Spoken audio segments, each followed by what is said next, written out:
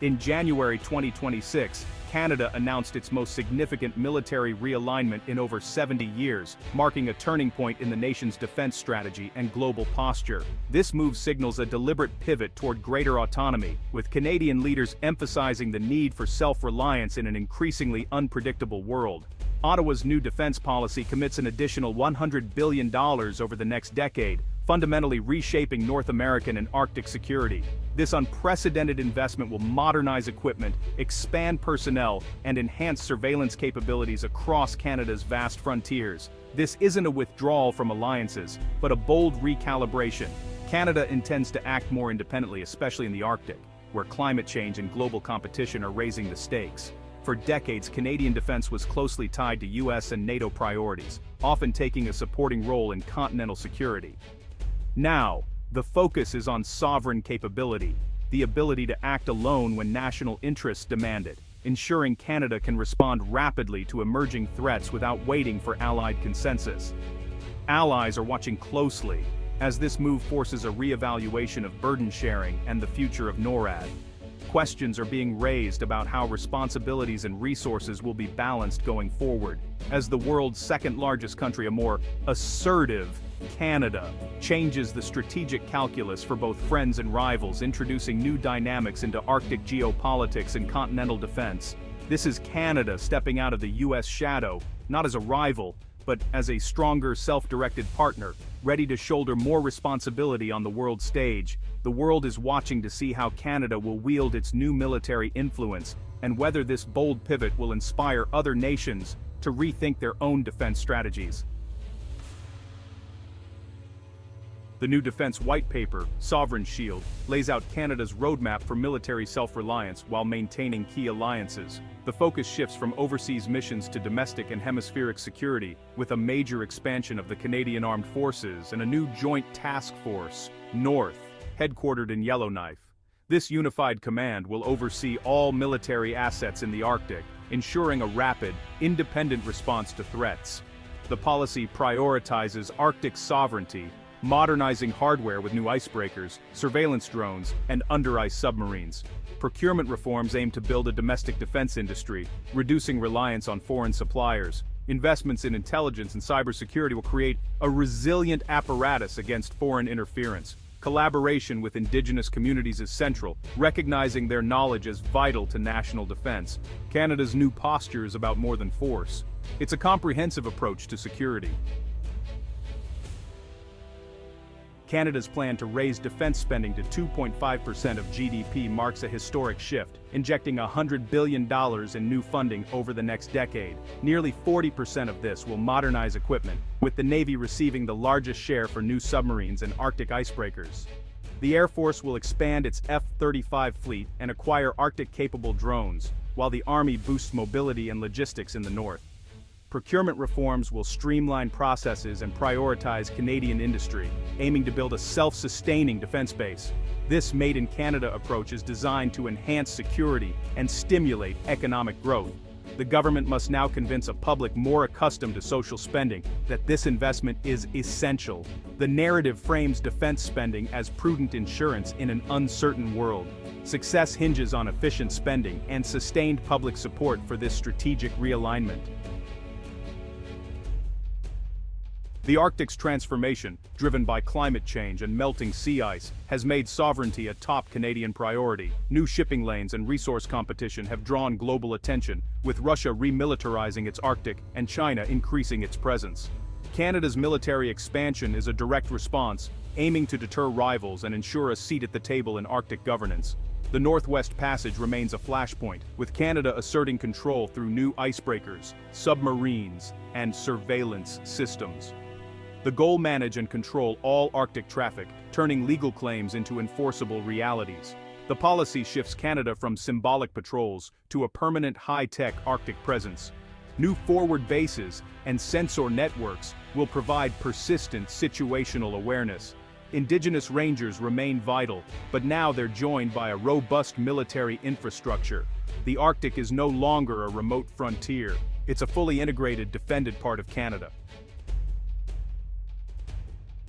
Canada's pivot is driven by shifting U.S. priorities, new security threats, and the urgent need to secure the Arctic. The unpredictability of U.S. foreign policy has exposed Canada's vulnerability in relying on a single partner. Modern threats, cyber attacks, foreign interference, demand independent intelligence and defense capabilities. Melting Arctic ice and rising competition have created a narrow window for Canada to assert its interests. The fear being left behind as others shape the future of a region that's nearly 40% of Canada's landmass. This is about more than pride. It's about economic opportunity, environmental protection, and writing the rules for the Arctic. Canada's move also addresses long-standing criticism over NATO burden sharing, as it now exceeds the 2% spending target. This investment buys credibility and influence within NATO and NORAD. Canada is transitioning from a consumer of security to a significant provider. The goal ensures Canadian interests are central in Allied decision-making. Canada's new defense posture is forcing a fundamental rethink of NORAD, the joint US-Canadian command that has served as the cornerstone of continental defense since 1958. For decades, NORAD's mission and structure reflected Cold War realities, with the US taking the lead and Canada playing a supporting role. But today, new and rapidly evolving threats, like hypersonic missiles that can evade traditional defenses and swarms of autonomous drones, are exposing the limitations of NORAD's aging systems and strategies. In response, Canada is investing in advanced surveillance networks, cutting-edge radar, and more robust air defense systems. These enhanced capabilities are shifting the partnership toward greater equality, with Canada now able to shoulder more responsibility for its own defense. Ottawa is expected to push for more authority over its own airspace and Arctic operations, challenging the traditional US-led command structure and seeking a bigger say in how threats are detected and countered in the North.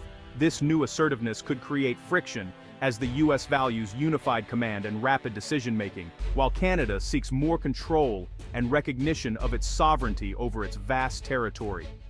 Interoperability may become more complex as Canada develops unique Arctic systems, technologies, and operational doctrines tailored to its challenging environment. The challenge ahead is to modernize NORAD in a way that respects Canadian sovereignty and ambitions, while still preserving the speed, cohesion, and unity of command needed to respond to fast-moving threats. Ultimately, a stronger and more capable Canada benefits all of North America, reducing the burden on the US and making the continent safer and more resilient.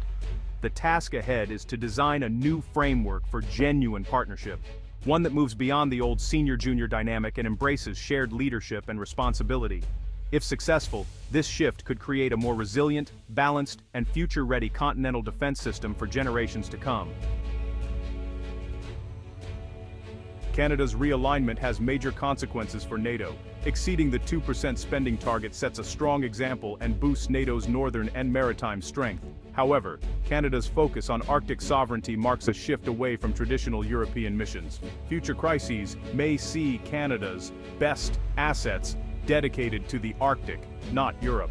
This could push NATO to address Arctic security more directly, potentially creating new tensions within the alliance. Canada's move reflects a broader trend toward regional specialization, which can strengthen but also fragment NATO.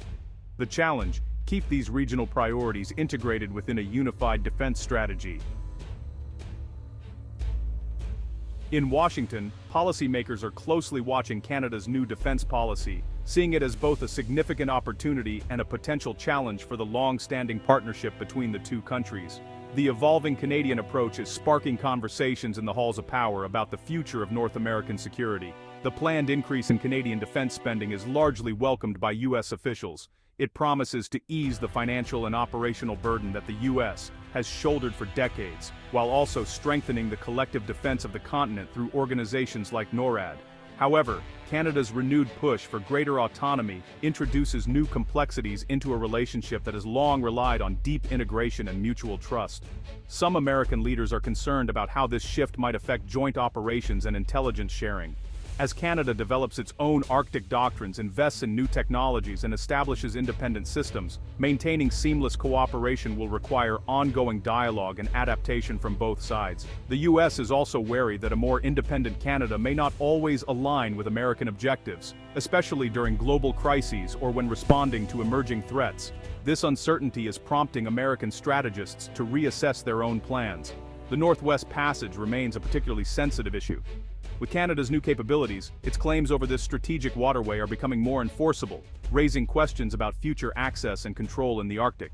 In this evolving landscape, diplomacy will be more important than ever to avoid direct confrontations and to ensure that both nations can navigate Arctic challenges together. Ultimately, a Canada that is able to secure its northern territories and contribute more robustly to continental defense is seen as a stronger and more reliable partner for the United States. While the transition may bring moments of friction and require adjustments, it also promises a more balanced, resilient, and modern North American security architecture for the future. The U.S. response is one of cautious optimism, welcoming Canada's new capabilities, while also preparing to manage the complexities and opportunities that come with a more assertive and capable ally. Canada's move toward military autonomy marks a turning point for the nation and its alliances. This is a strategic realignment, not isolationism, driven by climate change, shifting geopolitics, and the need for independent defense. The increased spending funds, a sweeping modernization, especially for Arctic operations. For the US, it means adapting to a more capable partner. For NATO, it brings both resources and a new focus on the Arctic. The core principle is sovereign capability. Canada will independently monitor and defend its vast territory. The era of quiet dependency is over. Assertive self-reliance has begun.